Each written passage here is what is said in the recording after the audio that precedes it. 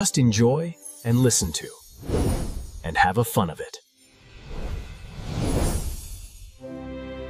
안녕하세요. Just Have Fun 스토리 라디오 스테이션입니다. 반갑습니다. 덱스터입니다. 클레아입니다. 오늘 저희와 함께 AI의 또 다른 흥미로운 세계로 떠나보시죠.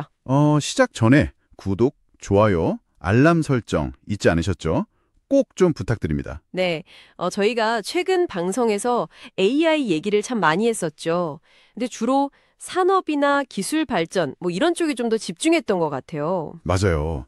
AI가 어떻게 새로운 비즈니스를 만들고 우리 생활을 얼마나 편리하게 할까? 약간 이런 기대감 위주였잖아요. 그렇죠. 근데 AI가 점점 더 똑똑해지고 사회 곳곳에 진짜 깊숙이 들어오면서 단순히 와 신기하다 이걸로는 좀 부족한 시점이 온 것 같아요. 네, 맞아요. AI를 그럼 어떻게 관리하고 통제할 건가?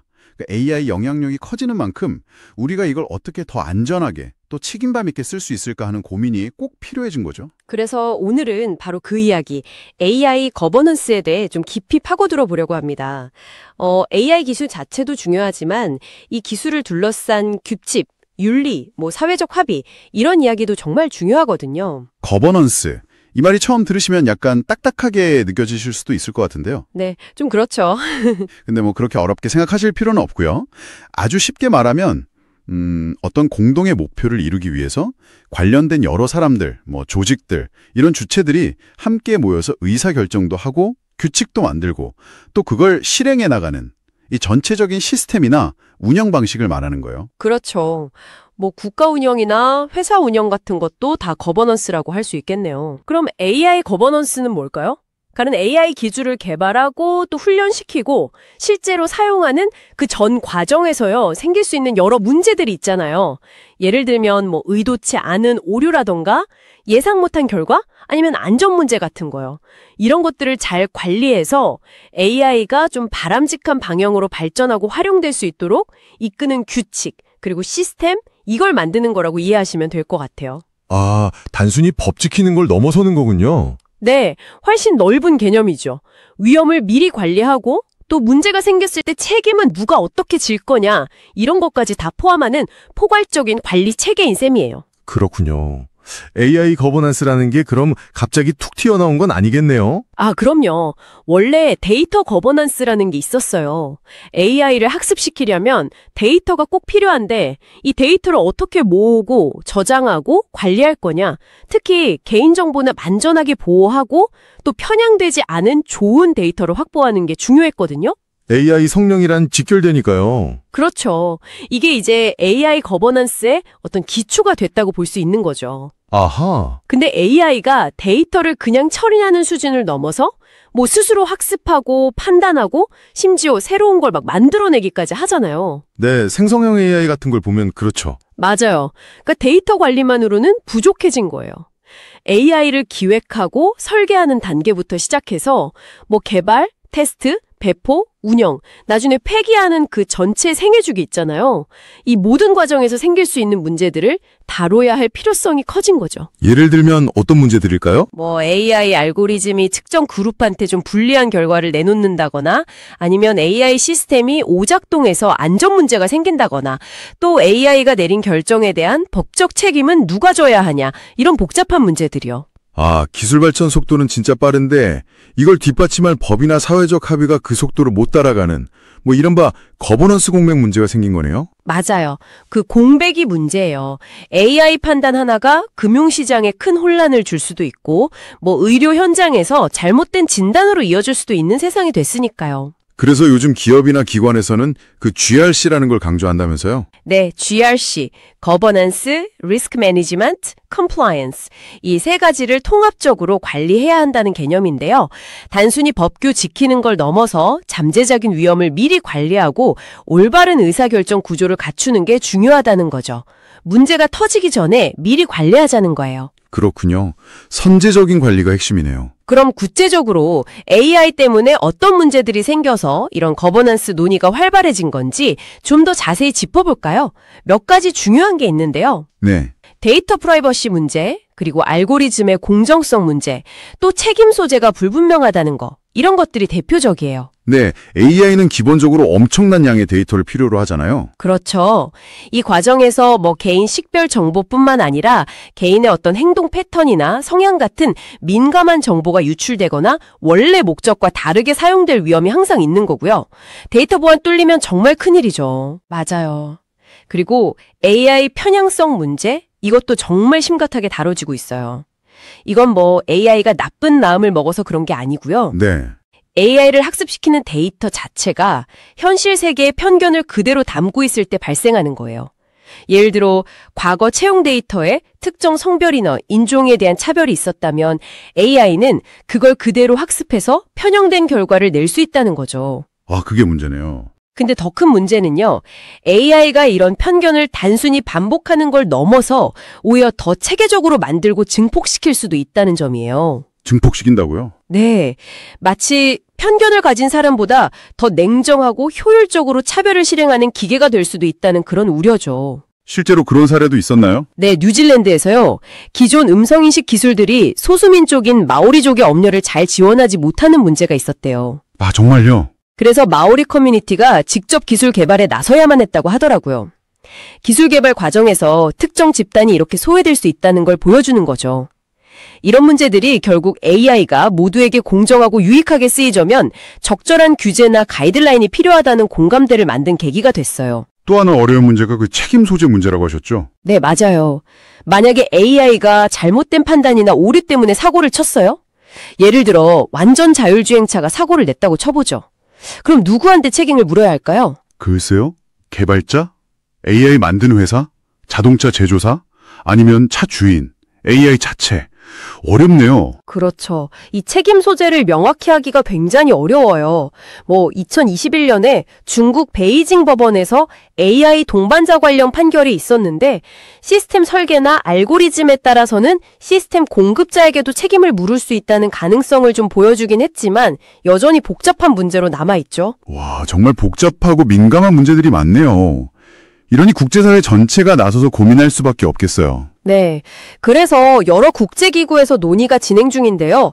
그중에서도 대표적인 게 바로 유네스코가 2021년에 채택한 AI 윤리 권고예요. 아, 유네스코요? 네. 이게 법처럼 당장 강제력이 있는 건 아니지만 전 세계 193개 회원국이 만장일치로 합의했다는 점에서 AI 윤리에 대한 어떤 글로벌 표준의 방향을 제시하는 중요한 의미를 가져요. 일종의 연성법, 소프트로라고 볼 수 있죠. 기준을 제시하는 법이요? 그 권고에는 어떤 내용이 담겨 있나요? 기본적으로 인권 존중은 당연히 강조하고요. 그 외에도 포용성, 다양성, 공정성, 안전성, 투명성 같은 중요한 가치들을 제시하고 있어요. 네. 특히 좀 흥미로운 지점은 단순히 인간 중심적인 시각을 넘어서 생태적 번영, 이콜로지컬 플러리싱까지 고려해야 한다고 강조한다는 거예요. 생태적 번영이요? 네, AI 기술 개발이나 운영이 환경에 미치는 영향까지 생각해야 한다는 거죠. 예를 들어 AI 학습이나 데이터 센터 운영에 엄청난 전력이 소모되잖아요. 아, 그렇죠. 이런 문제들까지 고려해서 AI도 결국 지구 생태계 안에서 지속 가능해야 한다는 관점이에요. 와, 생각보다 훨씬 넓은 범위를 다루네요. 네. 그리고 유네스코는 여기서 더 나아가서 각국 정부나 기업, 시민단체들이 이 윤리 기준을 실제로 잘 지키는지 계속 모니터링하고 필요하면 독립적인 윤리 감독기구를 만들거나 윤리 영향평가 같은 구체적인 도구를 활용하라고 권고하고 있어요. 그냥 선언만 하는 게 아니라 실질적인 이행을 독려하는 거죠. OECD 같은 다른 국제기구도 움직임이 있죠? 그럼요. OECD 경제협력개발기구도 2019년에 AI 원칙을 발표해서 회원국들이 신뢰할 수 있고 안전하며 공정하고 포용적인 AI를 개발하고 활용하도록 권고하고 있어요. 네. 한국처럼 ICT 기술력이 뛰어난 나라가 이런 국제적인 규범 논의에 적극적으로 참여하고 리더십을 발휘하는 게 진정한 AI 선도국으로 가는 길이라는 평가도 받고 있고요. 여기서 또 하나 중요한 점은 이런 논의가 미국이나 유럽, 중국 같은 기술 강대국들만 하는 게 아니라 다른 나라들도 참여해야 한다는 거겠죠? 맞아요. 아주 중요한 지적이에요. 기술 접근성이 좀 낮거나 AI 도입이 아직 초기 단계인 개발도상국들, 그러니까 LMIC, 저소득 및 중간소득 국가나 LDC, 최빈 개발도상국들도 이 논의 과정에 적극적으로 참여해서 목소리를 내고 또 그들의 상황과 필요가 반영될 수 있도록 국제적인 협력과 지원이 꼭 필요합니다. 그래야 진정한 의미의 보편적인 AI 거버넌스를 만들 수 있겠죠. 10초 포즈? Welcome back to Story Radio Station. Tonight's tale begins in the quiet countryside. 스토리 라디오 스테이션 2부 시작합니다. 1부에서는 AI 거버넌스가 왜 필요하게 됐는지 그 배경과 함께 데이터 프라이버시, 알고리즘 공정성, 책임 소재 같은 주요 문제들을 짚어봤습니다. 그리고 유네스코, OECD 등 국제사회의 초기 대응 움직임에 대해서도 이야기 나눴고요. 네.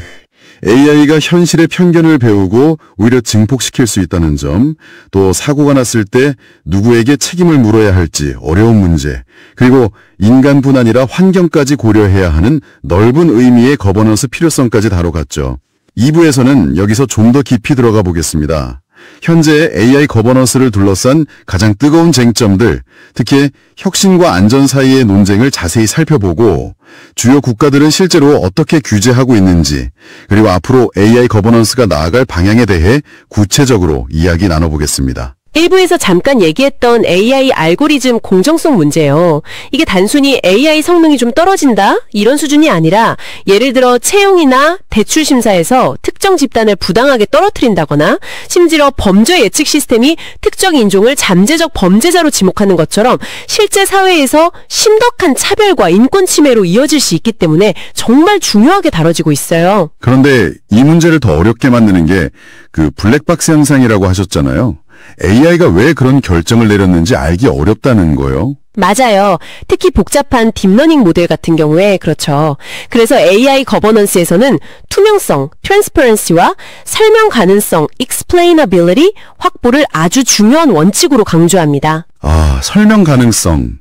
XAI라고도 하죠. 네, XAI.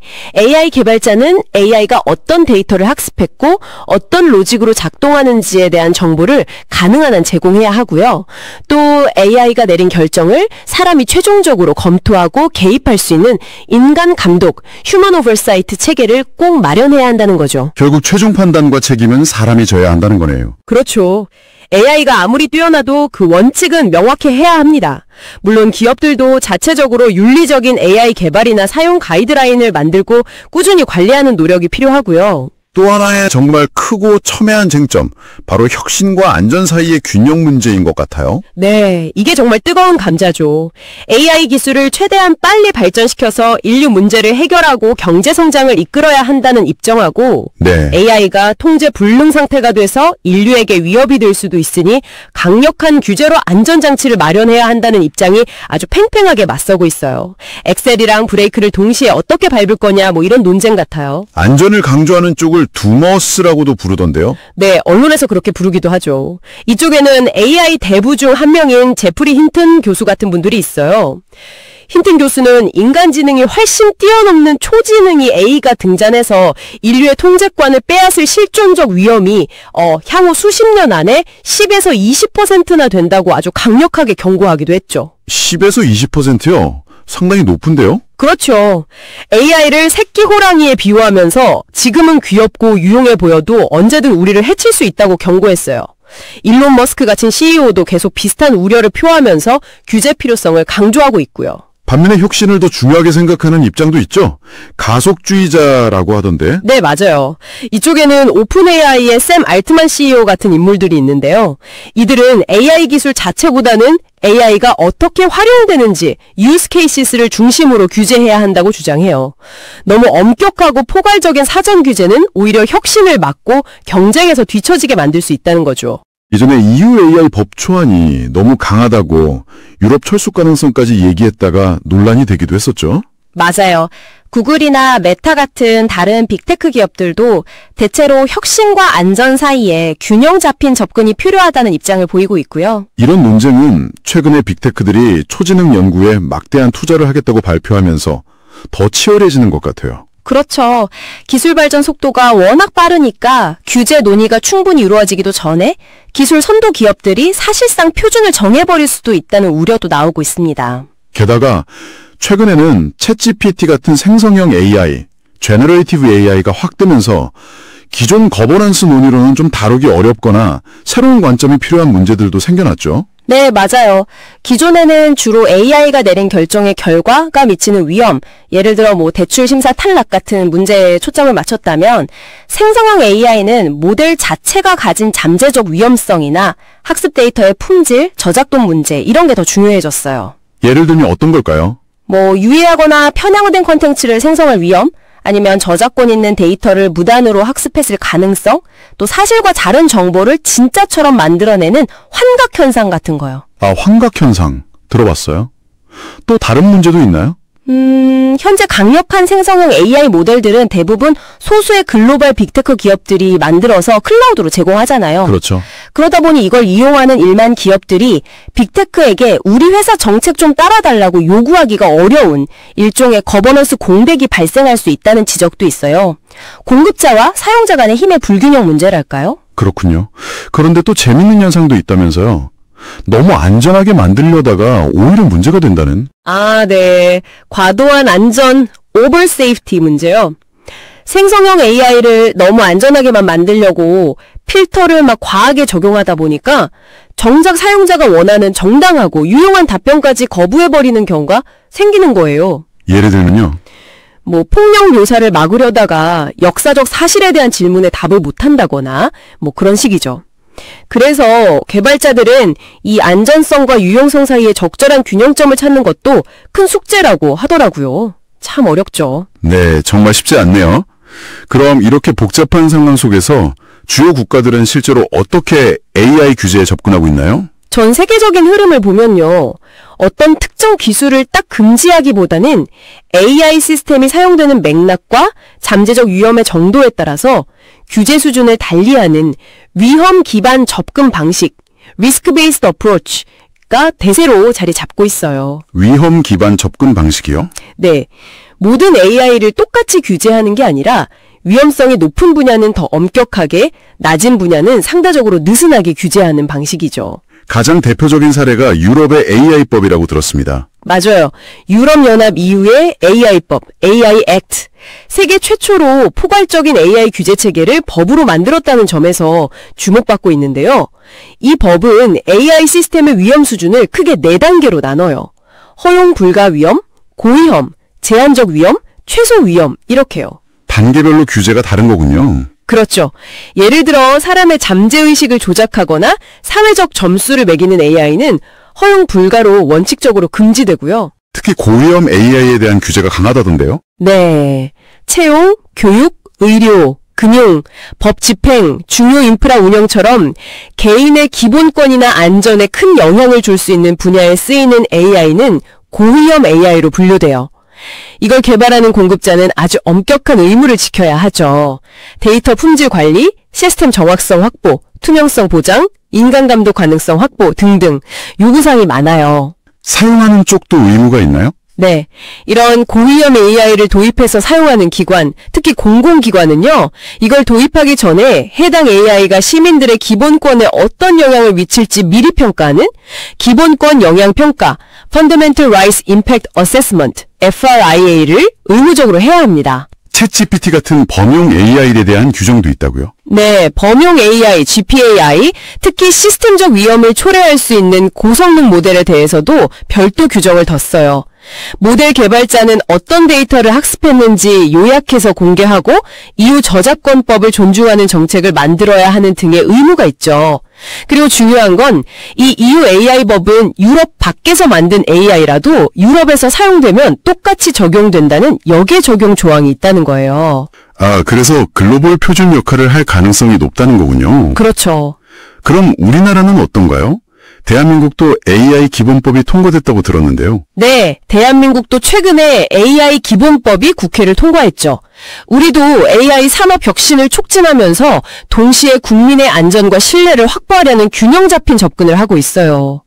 이유처럼 위험 기반 접근 방식을 따르는데 규제의 핵심 대상은 고영향 인공지능, 하이 임팩트 AI입니다. 고영향 AI요? 네, 법에서는 국민의 생명, 신체, 안전 및 기본권에 중대한 영향을 미치는 인공지능이라고 정의하고 있어요.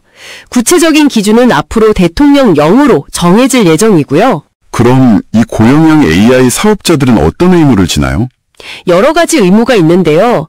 우선 AI 시스템의 안전성과 신뢰성을 확보하기 위한 조치를 해야 하고 AI가 어떻게 작동하는지 이용자가 이해할 수 있게 설명하는 인공지능 설명 방안을 마련해야 해요. 그리고 AI 시스템 작동 과정에서 반드시 사람의 관리, 감독이 이루어지도록 보장해야 한다는 조항도 있고요. AI가 혼자 다 결정하게 둬서는 안 된다는 거군요. 그렇죠. 또 AI를 사용한다는 사실을 미리 알리는 투명성 확보 의무도 있고 고영향 AI를 도입할 때는 사전에 기본권 영향평가를 받도록 노력해야 한다는 조항도 담겼어요. 이유처럼 완전 의무는 아니지만 필요성은 인정한 거죠. 해외 사업자에 대한 규정도 있다면서요? 국내 대리인 지정 같은 거요? 네, 맞아요. 외국의 AI 사업자가 국내에서 고영향 AI 서비스를 제공할 경우 국내 이용자 보호와 법규 준수를 위해 한국 내에 국내 대리인을 의무적으로 지정하도록 했어요. 이게 현재 많은 AI 서비스가 해외 빅테크 기업들에 의해 제공되는 현실을 고려한 중요한 조치라고 할 수 있죠. 만약 위반하면 어떻게 되나요? 위반하면 과기정통부 장관이 조사하고 시정명령을 내릴 수 있고요. 정당한 이유 없이 따르지 않으면 3천만 원 이하의 과태료가 부과될 수 있습니다. 그렇군요. 미국이나 일본은 좀 다르다고 들었는데요. 네, 미국은 연방 정부 차원의 행정명령과 함께 각 주정부별로 법을 만드는 좀 분산적인 접근을 하고 있어요. 전반적으로는 시장 주도 혁신을 중시하는 편이고요. 또 캘리포니아 AI 법안 논쟁처럼 주정부 차원에서도 혁신과 안전 사이의 충돌이 나타나기도 하죠. 일본은요? 일본은 새로운 법을 만들기보다는 기존의 개인정보보호법이나 저작권법 등을 활용하고 법적 구속력 없는 가이드라인을 제시하는 방식으로 접근하고 있어요. 상대적으로 기술 발전을 좀 더 촉진하는 방향이라고 볼 수 있습니다. 정리해보면 EU는 좀 강력한 사전 규제 중심, 한국은 혁신과 신뢰의 조화를 모색하는 중간 형태, 미국이나 일본은 상대적으로 자율성을 강조하는 모델, 이렇게 볼 수 있겠네요. 네, 그렇게 요약할 수 있겠습니다. 물론 앞으로 계속 변화하겠죠. AI 거버넌스 논의에서 정부나 국제기구 말고 또 중요한 주체가 바로 빅테크 기업들이잖아요. 아, 그렇죠. 구글, 메타, 마이크로소프트, 오픈 AI 같은 기업들은 AI 기술 개발의 최전선에 있으면서 영향력이 막강하니까요. 이들 기업은 백악관 같은 데서 자발적으로 안전한 AI 개발을 약속하기도 하고 자기들 모델의 약점을 찾아보기 위한 레드팀 훈련 같은 자율규제 노력을 하고 있다고 발표하기도 해요. 하지만 그게 규제를 피하기 위한 전략일 수도 있다는 시각도 있잖아요. 네, 그런 비판적인 시각도 분명히 있어요. 보여주기식이라는 거죠. 실제로 오픈 AI 같은 경우 과거의 안전평가보다 제품 출시에 너무 속도를 내다가 내부적으로 비판이 나오고 논란이 되기도 했었고요. 아, 그랬었죠? 이후에 CEO가 직접 나서서 안전을 최우선으로 하겠다고 하고 안전평가 허브 같은 제도를 도입하는 등 신뢰회복 노력을 보이긴 했습니다. 구글도 자체적인 보안 프레임워크인 SGAF, Secure AI 프레임워크를 강조하고 있고요. 그래도 초진행 경쟁은 계속되고 있고 일부 기업은 군사 분야 AI 개발에도 나서고 있어서 윤리적 통제 필요성은 더 커지는 것 같아요. 또 하나 고려할 변수가 미국과 중국의 기술 패권 경쟁이라는 지정학적 문제도 있겠죠. 네, 이것도 상당히 중요해요. 미중 간의 치열한 경쟁이 AI 안전이나 윤리에 대한 국제적인 표준 마련을 어렵게 만들 수 있다는 우려가 있어요. 각국 정부가 AI 안전보다는 자국의 AI 역량 확보에 더 집중하게 만들 수 있다는 거죠. 경쟁이 심해질수록 안전에 대한 합의는 더 어려워지는 딜레마네요. 그렇죠. 이런 상황에서 시민사회 역할도 중요하겠네요. 네, 정말 중요합니다. 기술 발전 방향이나 규제 논의가 소수의 전문가나 기업, 정부 관료에게만 맡겨져서는 안 되니까요. 국내에서도 120여 개 시민단체들이 모여서 인권과 민주주의가 보장되는 AI 정책을 요구하는 선언을 발표하기도 했어요. 어떤 내용들을 요구했나요? AI 도입 과정에서 당사자와 국민의 참여를 보장하고 국가 감독 체계와 인권 침해 구제 절차를 마련하라고 촉구하고 있죠. 정보 공개, 위험 통제 같은 것들도요. 유네스코 권고에서도 이런 다양한 이해관계자들의 참여를 중요하게 보고 있고요. 자, 그럼 지금까지 살펴본 이런 복잡한 논의들을 바탕으로 앞으로 AI 거버넌스는 어떤 방향으로 나아가야 할까요? 한 가지 분명한 건 AI 기술 자체가 워낙 빠르게 변하니까 한 번 만든 법이나 규제가 계속 유효하기는 어렵다는 점이에요. 네, 그렇죠. 그래서 미래의 AI 거버넌스는 좀 유연하게 대응할 수 있는 적응형 거버넌스, 어댑티브 거버넌스 형태가 되어야 할 것 같아요. 정부의 법적 규제와 산업계의 자율 규제가 서로 보완하는 하이브리드 거버넌스 모델이 현실적인 대안이라는 목소리가 높고요. 기초 모델 개발 단계와 실제 활용 단계를 좀 다르게 접근해야 한다는 의견도 있던데요. 네, 좋은 지적이에요. 챗 GPT 같은 기초 모델, 파운데이션 모델 개발 단계에서는 파급력이 워낙 크니까 안전성이나 투명성 의무를 좀 강하게 부과하고 이걸 가져다 쓰는 응용 서비스 단계에서는 혁신을 너무 막지 않도록 좀 더 유연한 가이드라인을 적용하는 식의 차등적인 접근이 필요해 보여요. 결국 기술 자체보다는 제도적 통제나 인간 감독, 책임 구조가 중요해지는 거군요. 그렇죠.